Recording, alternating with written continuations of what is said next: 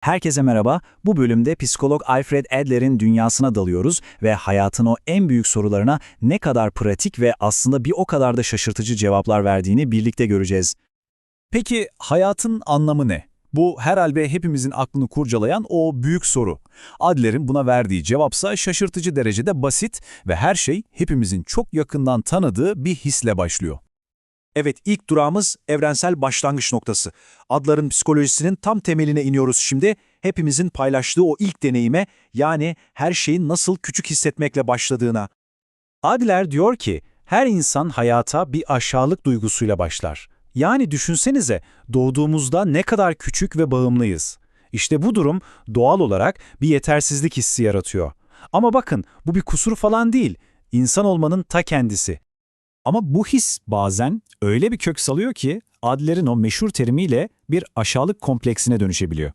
Yani artık bu hayatın zorluklarıyla başa çıkamam, ben bu iş için yeterli değilim gibi kemikleşmiş bir inanç halini alıyor. Fakat, ve burası çok önemli, Adler'e göre bu duygu bir zayıflık değil, kesinlikle değil. Hatta tam tersi, tüm insani başarılarımızın arkasındaki motor gücü. Bizi daha iyi olmaya, öğrenmeye, çabalamaya iten o ilk kıvılcım aslında bu. Peki bu temel duyguyla nasıl başa çıkıyoruz? İşte burada işler ilginçleşiyor. Hayatımızın planını nasıl çizdiğimize bakacağız şimdi ve her şeyin o ilk 5 yılda nasıl şekillendiğini göreceğiz. Adlar buna yaşam üslubu diyor. Bu aslında bizim dünyaya karşı takındığımız tavrın, sorunlarla başa çıkma yöntemimizin bilinç dışı bir planı. Aşağılık duygusuna bir tepki olarak geliştirdiğimiz, bize özgü bir yol haritası gibi düşünebilirsiniz. Ve işin en şaşırtıcı kısmı ne biliyor musunuz? Adler, bu hayat planının yani yaşam üslubumuzun biz daha sadece 5 yaşındayken büyük ölçüde şekillenip sabitlendiğini söylüyor. Bir düşünün, bugün verdiğiniz kararların, kurduğunuz ilişkilerin kökeni o 5 yaşındaki halinizin oluşturduğu bir plana dayanıyor olabilir. İnanılmaz değil mi? Peki, madem bu plan bu kadar erken ve bilinç dışında oluşuyor, o zaman biz kendi gizli planımızı nasıl anlayacağız? Kendi yaşam üslubumuzu nasıl ortaya çıkaracağız? İşte Adler'in anahtarı burada devreye giriyor. En erken anılarımız. Ama bir dakika, yanlış anlaşılmasın.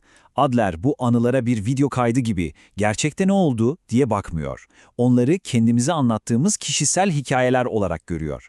Yani bu anılar aslında hayat hakkındaki en temel inançlarımızı, o gizli planımızı ele veriyor. Mesela bakın, bir danışanının ilk anısı şu. Kahve cezvesi masadan yere düştü ve her tarafım haşlandı. Adler bu anıya baktığında ne görüyor biliyor musunuz? Sadece acı bir olayı değil, o kişinin yaşam planının özetini görüyor. Hayat tehlikeli bir yer ve diğer insanlar bilim güvende olmamı umursamıyor. İşte bu anı onun dünyaya bakışının bir metaforu haline gelmiş. Şimdi bu planın bizi nereye götürdüğüne bakalım. Üstünlüğe giden iki yol.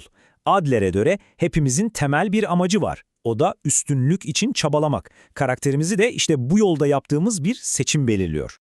Durun, üstünlük deyince aklınıza hemen başkalarını ezmek, onlardan üstün olmak gelmesin. Adler'in kastettiği bu değil. O, hissedilen bir eksiden, yani o ilk aşağılık duygusundan, hissedilen bir artıya doğru gitme çabasından bahsediyor. Yani daha yetkin, daha tam, daha güvende hissetme arayışı. Hepimizin içindeki o temel dürtü. İşte bu çaba bizi bir yol ayrımına getiriyor. Adler'e göre iki seçeneğimiz var. Hayatın yararsız tarafı ve yararlı tarafı. Peki bu iki yolu birbirinden ayıran ne? Tek bir şey. Adler'in toplumsal ilgi dediği kavram. Eğer çabanız bencil hedeflere yönelikse, başkalarından kopuksanız, işte o zaman hayatın yararsız tarafındasınız demektir. Bu yol nevrozla ve sıkıntıya çıkar. Ama eğer çabanızda başkalarına katkıda bulunma, bir bütünün parçası olma isteği varsa, işte o zaman hayatın yararlı tarafındasınız. Bu yolda cesarete ve gerçek bir iyi oluş haline götürür. Adler'in şu sözü her şeyi özetliyor aslında. Hayatın zorluklarıyla gerçekten başa çıkabilen tek insanlar, çabalarında başkalarının hayatını zenginleştirme amacı güdenlerdir. Onlar gerçekten değerli bir şeyler inşa ederler. Peki, bu yaşam planımız, bu seçtiğimiz yol nerede test ediliyor? İşte geldik hayatın 3 büyük sınavına. Adler diyor ki, planınız ister yararlı olsun ister yararsız, eninde sonunda herkesin yüzleşmek zorunda olduğu 3 büyük sınavda kendini gösterir. Aynen öyle. Tam 3 tane. Ve bu görevlerden, bu sınavlardan kaçış yok. İster isteyin, ister istemeyin. Hayat bunları önünüze koyacak. İlk sınav toplum. Yani diğer insanlarla ilişkimiz. Anlamlı arkadaşlıklar kurabiliyor muyuz? Başkalarıyla uyum içinde çalışıp yaşayabiliyor muyuz? İşte bu ilk büyük soru. İkinci sınav, iş. Bu sadece para kazanmak değil. Adler'e göre bu, dünyaya ne gibi bir katkı sağlıyorum? Toplumdaki yerim ne? Sorusuna verdiğimiz cevap. Ve son olarak üçüncü sınav aşk. Yani başka bir insanla yakın, samimi ve eşit bir ilişki kurabilme becerimiz. İşte bu üç alanda toplum, iş ve aşk sergilediğimiz tavır bizim o gizli yaşam planımızın ne olduğunu bütün çıplaklığıyla ortaya koyuyor. Ve bütün bunlar bizi son durağımıza, en temel soruya geri getiriyor. Yarattığımız anlam. Adler'in tüm bu anlattıklarından sonra hayatın anlamına dair vardığı sonuç hem çok güçlü hem de inanılmaz derecede özgürleştirici. Çünkü Adler'e göre hayatın anlamı bir yerlerde bulmayı beklediğiniz gizli bir hazine değil. Hayatın anlamı sizin yarattığınız bir şeydir. O üç büyük sınava, işe, arkadaşlığa, aşka verdiğiniz cevaplarla, eylemlerinizle sizin tarafından inşa edilen bir şeydir. Adler'in şu sözleri sanırım her şeyi özetliyor. Onlarla birlikte ölüp gitmemiş tek şey, insanlık için yaptıkları yaratıcı çalışmalardır. Peki ya ötekiler? Hiçbir iz bırakmadan geçip gittiler. Yani gerçek mirasımız, bizden geriye kalacak tek şey, başkalarının hayatına yaptığımız katkıdır. O halde Adler'in hepimize sorduğu o son soruyla bitirelim.